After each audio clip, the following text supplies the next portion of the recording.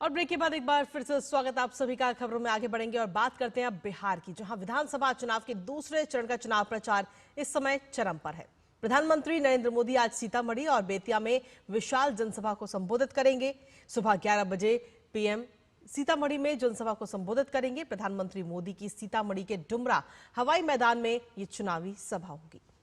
सीतामढ़ी में से एनडीए के सुनील कुमार पिंटू को अपना उम्मीदवार बनाया गया है। प्रधानमंत्री मोदी सीतामढ़ी जिले के 8 विधानसभा एवं शिवहर की 1 विधानसभा प्रत्याशी के समर्थन में जनसभा को संबोधित करेंगे और उसके बाद बेतिया में एनडीए उम्मीदवार के समर्थन में वोट की अपील करेंगे। पीएम मोदी यहां से पश्चिम चंपारण की 9 और पूर्वी चंपारण की 11 विधानसभा सीटों के मतदाताओं को साधने का भी प्रयास करेंगे।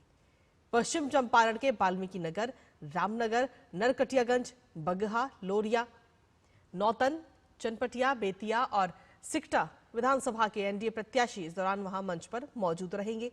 तो वहीं पूर्वी चंपारण के सुगौली, नरकटिया, हरसिद्धि, गोविंदगंज, केसरिया, कल्याणपुर, पीपरा, मोतिहारी, मधुबन, चिरैया और ढाका विधानसभा के एनडीए प्रत्याशी मंच पर मौजूद रहेंगे।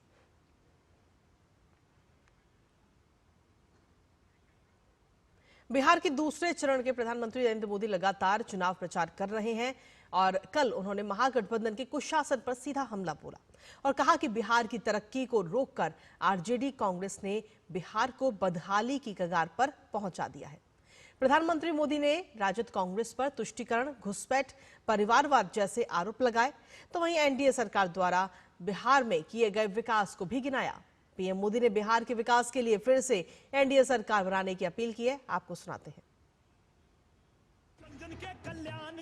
बिहार विधानसभा चुनाव के दूसरे चरण के प्रचार में प्रधानमंत्री मोदी ने औरंगाबाद और भभुआ, कैमूर में रैली की। उन्होंने मतदाताओं से सोच समझकर वोट डालने की अपील की। कहा कट्टा और करप्शन वालों से दूर रहें। साथ ही भरोसा दिलाया कि एनडीए गठबंधन सिर्फ घोषणाएं नहीं करता बल्कि अपने वादे पूरे करता है। ये लोग जो संविधान दिखाने वाले लोग हैं ना, उन्होंने सामान्य समाज के गरीबों की कभी याद नहीं आई। ये मोदी है जिसने सामान्य समाज के गरीबों को 10% आरक्षण दे करके उनकी जिंदगी बदलने का काम किया है। हम सिर्फ घोषणाएं नहीं करते, काम करते हैं। जैसे मुख्यमंत्री महिला रोजगार योजना है, बिहार की 1,40,00,000 बहनों के खाते में 10-10 हजार रुपया पहुंच चुके हैं। बिहार में व्यापार और निवेश के लिए जंगल राज को उन्होंने घातक करार दिया।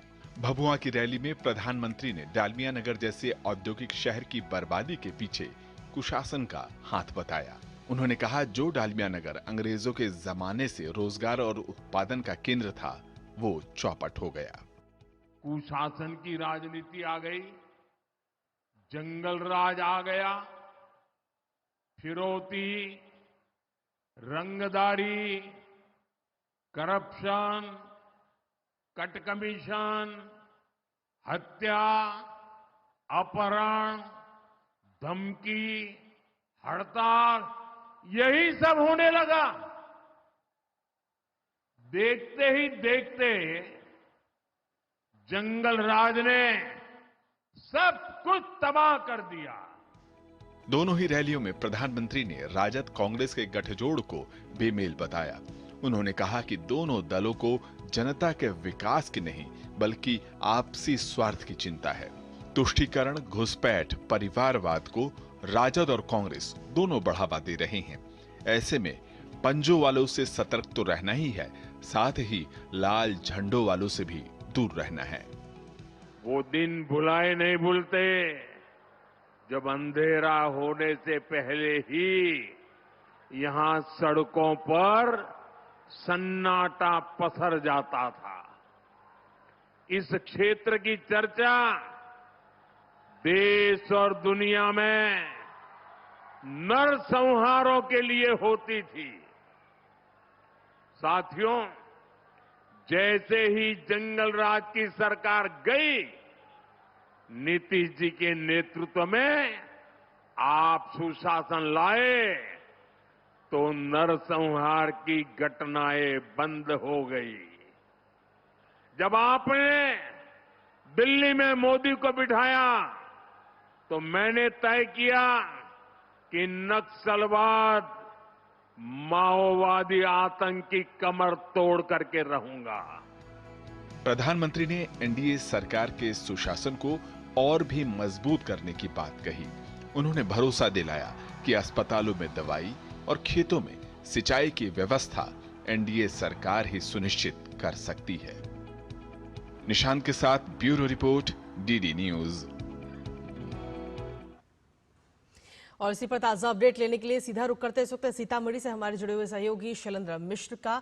शैलेंद्र, सीधे तौर पर प्रधानमंत्री नरेंद्र मोदी आज वहां पहुंचने वाले हैं और ऐसे में सीतामढ़ी में प्रधानमंत्री नरेंद्र मोदी की जो चुनावी जनसभा है उसको लेकर कितनी तैयारियां वहां पर है इस समय? देखिए, आज 2 जनसभाएं प्रधानमंत्री नरेंद्र मोदी की बिहार में होनी है। दूसरे चरण में जो पहली जनसभा है वो आज सीतामढ़ी में है। सीतामढ़ी आप देखें, माता सीता, माँ जानकी की जन्मस्थली है और अब हम जानते हैं कि ठीक चुनाव से पहले एक बड़ा ऐलान हुआ था कि जैसे भव्य राम मंदिर बना है वैसे ही माता सीता जानकी का मंदिर, भव्य मंदिर और पूरा ये जो पुनौरा धाम है उसे विकसित किया जाएगा। तो एक बहुत बड़ा मुद्दा हम देख रहे हैं कि यहाँ पर चुनाव के दौरान इसको लेकर चर्चा है और लोग इस पर बहुत प्रतिक्रिया दे रहे हैं और काफ़ी लोगों से हमने बातचीत की, वो बहुत प्रसन्न है कि पूरे पुनौरा धाम को विकसित करने का ऐलान किया गया और उस पर काम शुरू हो गया। नींव रखी गई थी, गृह मंत्री अमित शाह यहाँ पर आए थे।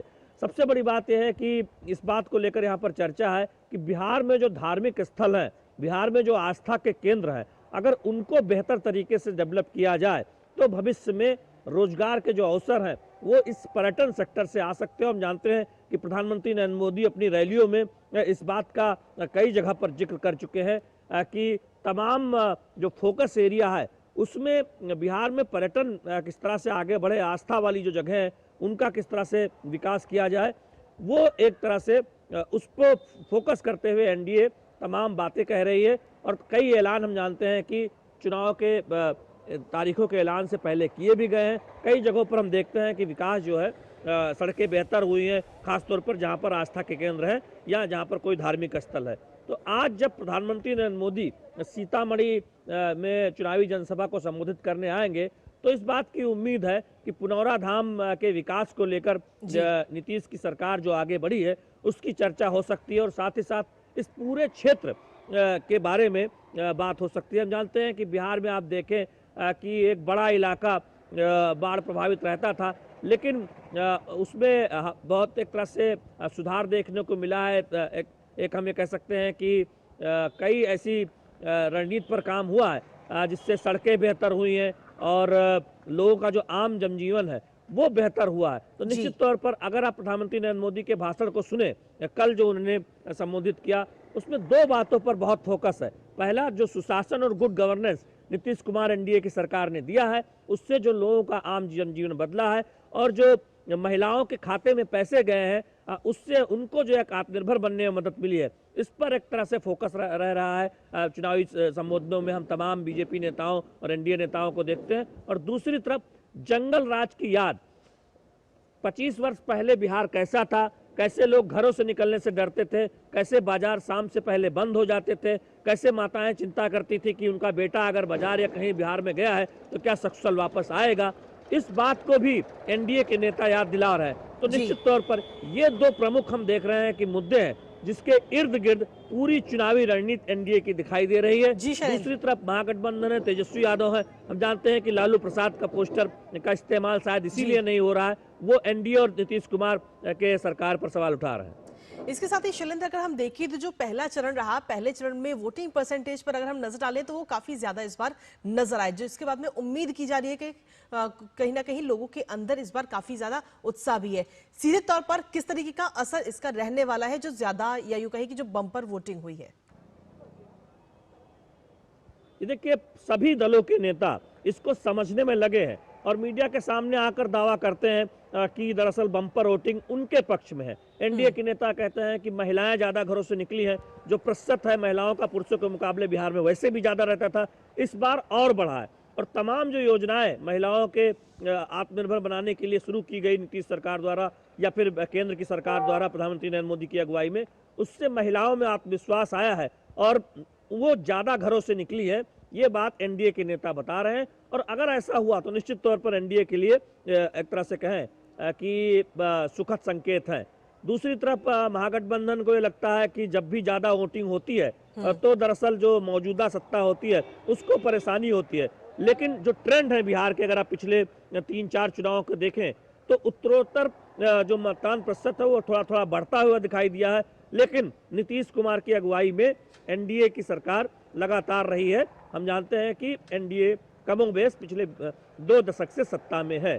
तो ट्रेंड के हिसाब से देखें तो एनडीए दावा कर रही है, महागठबंधन तेजस्वी अपने दावे कर रहे हैं, वो अपने गठबंधन सहयोगियों का उत्साह बढ़ा रहे हैं। तो निश्चित तौर पर इस पर निगाहें होंगी। लेकिन ये बहुत बड़ी बात है कि बिहार ने एक रिकॉर्ड बनाया है, अब तक का सबसे अधिक मतदान प्रतिशत पहले चरण में देखने को मिला है और महिला और पुरुष मतदाताओं में मतदान प्रतिशत के लिहाज से एक बड़ा अंतर है और ये अंतर बहुत कुछ कहानी कहता है। सभी इसको समझने में लगे हुए हैं।